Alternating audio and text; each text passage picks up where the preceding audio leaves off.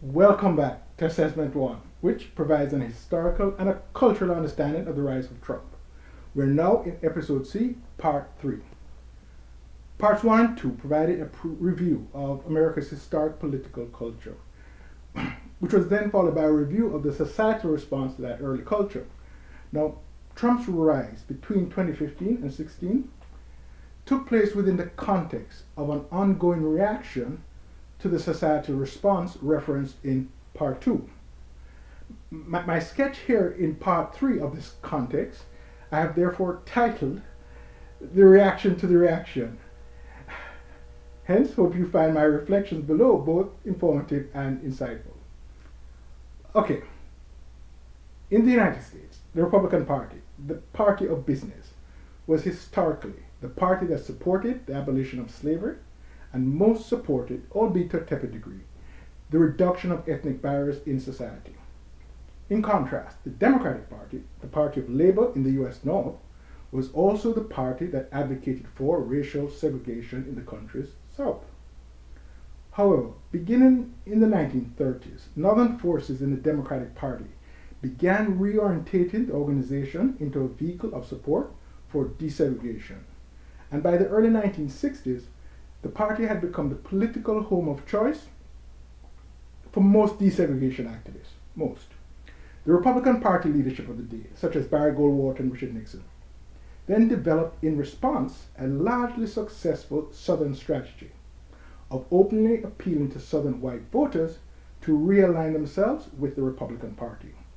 Consequently, since the 1960s, the Republican Party has been perceived, not only in the South but nationally, as the main political representative of the country's historically dominant ethnic community. And much to the chagrin of some old-time Democratic Party stalwarts, that party has slowly become the political representative of the nation's disparate coalition of minority communities.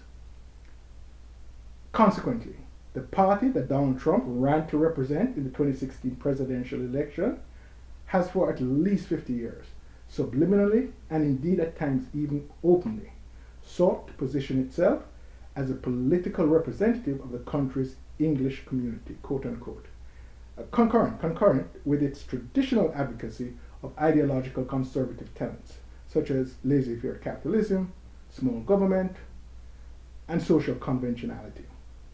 In short, due to the social and cultural success of the minority-majority coalition, as well as the closeness of that coalition to the Democratic Party, and also as a result of the increasing sense of marginalization felt by many in the demographic majority, the Republican Party, due to all of these factors, has become in recent times a kind of community address for societal resistance to the widely perceived excess demands emanating from the nation's plethora of minority groups.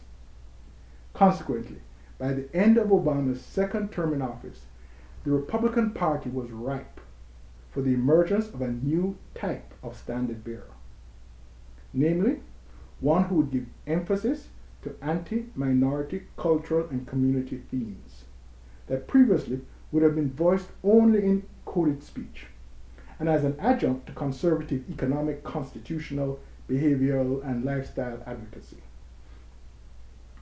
Donald Trump's personality, views, and circumstance fitted the desired standard bearer mold, as I said previously, like a glove. As a first-time candidate, there was no outstanding political record to be criticized. As a wealthy self-financed candidate, he was not beholden to the party's political machinery. And as a populist, he was not weighed down by conservative orthodoxy, that in any case seemed to the party base to be largely irrelevant to the now pressing need to confront the politics of minority transformation of American life. As a result, Trump was able to gain the nomination of a party whose most energized supporters had become less concerned about the traditional pillars of Republican thought and more anxiously focused on the need for the party to step forth and bellow out a full-throated criticism against what they perceived to be society's demanding and entitled minority communities.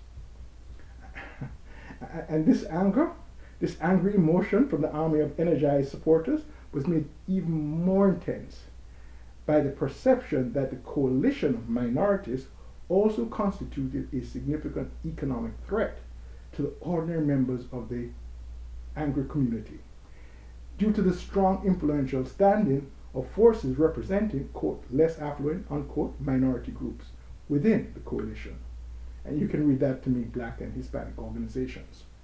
Okay, now, seriously now, if in an effort to understand the social and cultural foundation of the Trump phenomenon, you, the audience, assimilates and remembers only one thing, then let me suggest that it should be the information that I'm about to give following right now.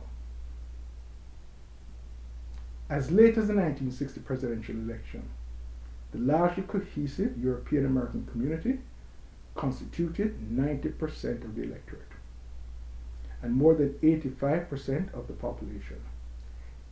In 2012, for the first time since the country came into existence in 1620, the number of white, quote-unquote, children born in America was less than the number of non-white children born that year. And since that year, the number of whites to non-whites have continued on their downward trajectory. Now, European Americans are still a comfortable majority at 63%, with the asymmetry between the birth and current population ratios explainable by not only discernible variations in demographic fertility rates, but also because of America's historic peculiarity of defining a child with less than 100% European heritage as being a member of a non-European community, even if the child's non-European heritage is not physically discernible or visible. In any case, however defined, in a single lifetime, the country has gone from almost 90% white to less than 50% by natural increase in less than a single lifetime. And that is without factoring in a single immigrant.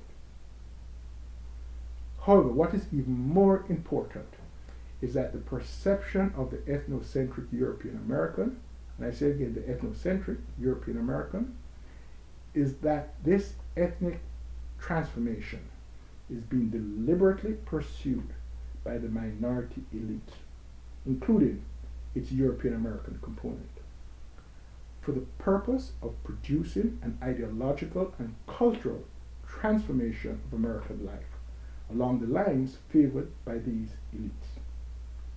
In short, this subset of America believes that there is a plan afoot to demographically eliminate the country's historically dominant community as America's majority community, so that their political and cultural norms may be substituted for those held by the current minority and Democratic Party supporting groups. That is the perception of angry ethnocentric European America. It was consequently into this political and social environment that Donald Trump then stepped on to the presidential political stage. Please join me in the next segment, episode C, part 4, where we will look at the on-stage arrival of Mr. Trump, quote unquote. Thank you. And as usual, thanks for watching. And don't forget to subscribe, like, and most importantly, leave me a comment below so I may have a sense of what it is you're thinking. Good, bad, or indifferent. Thanks.